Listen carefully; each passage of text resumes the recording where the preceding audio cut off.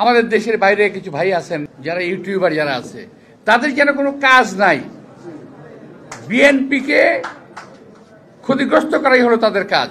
বিএনপিকে আওয়ামী লীগের সঙ্গে ট্যাগ করতে যাচ্ছেন কেন?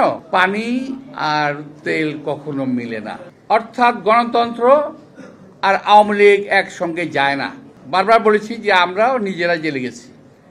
আমি এমন কোনো বছর নাই যে বছর আমাকে একটু বেড়াতে যেতে হয় নাই। আপনার ঠিকানাটা কি? আপনার কোথায় পাওয়া যাবে? আপনার আমার ঠিকানা হলো ওই ঢাকা কোর্টে গেলে আমাকে খুব সহজে পাওয়া যাবে, কারণ সপ্তাহে 5 দিনই করে থাকতাম।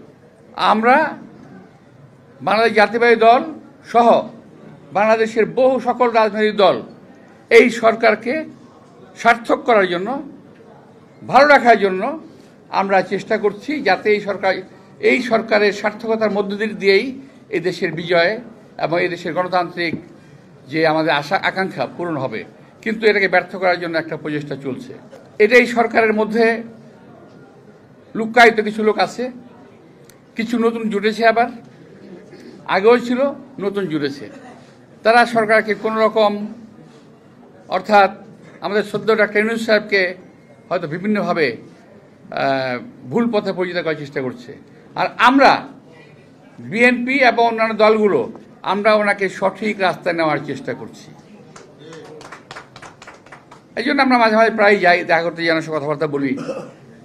তো এর মধ্যে কিছু কিছু ব্যাপার আছে যেটা আমি আগে যদি কোনো একটা ফোরাম পাইতাম আমি বলতে পারতাম।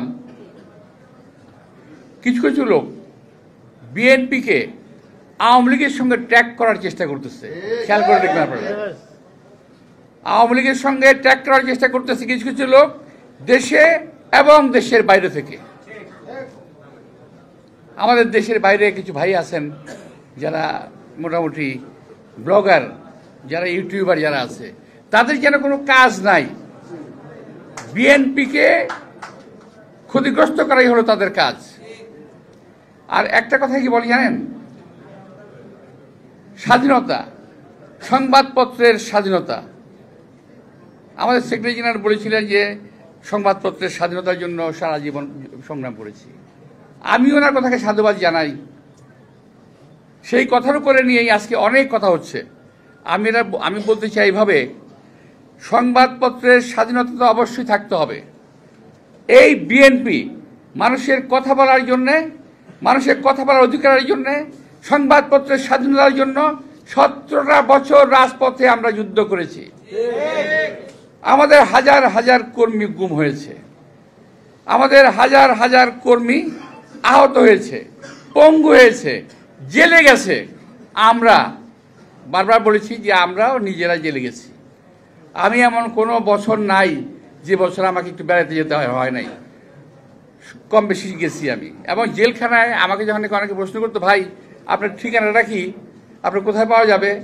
আমার ঠিকানা হলো ওই ঢাকা কোর্টে গেলে আমাকে খুব সহজে পাওয়া যাবে, কারণ সপ্তাহে 5 দিনই করে থাকতাম।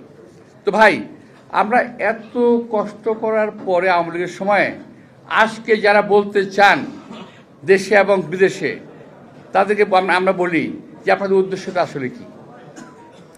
বিএনপিকে আওয়ামী লীগের সঙ্গে ট্যাগ করতে যাচ্ছেন কেন?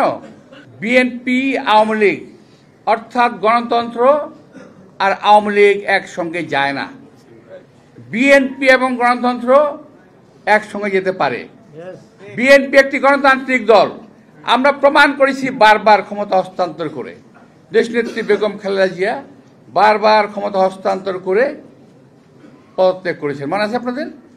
এবং সর্বশেষ উনি যখন পদত্যাগ করলেন সম্ভবত 2006 28 অক্টোবর, আমরা বিশাল মিটিং করেছিলাম অফিসের সামনে 2 দিন পরপর, 2 দিন 29, 28 এবং 29 অথবা 29 অথবা 30 তারিখে আমরা মিটিং করেছিলাম।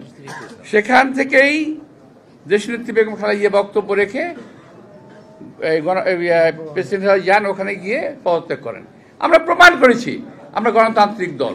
যদি আজকে আওয়ামী লীগ গণতন্ত্রের প্রতি শ্রদ্ধা রেখে যদি উনি স্বাভাবিক ক্ষমতা হস্তান্তর করতেন, তাহলে আজকে আমার বাংলাদেশকে দুরবস্থায় পড়তে হয় না।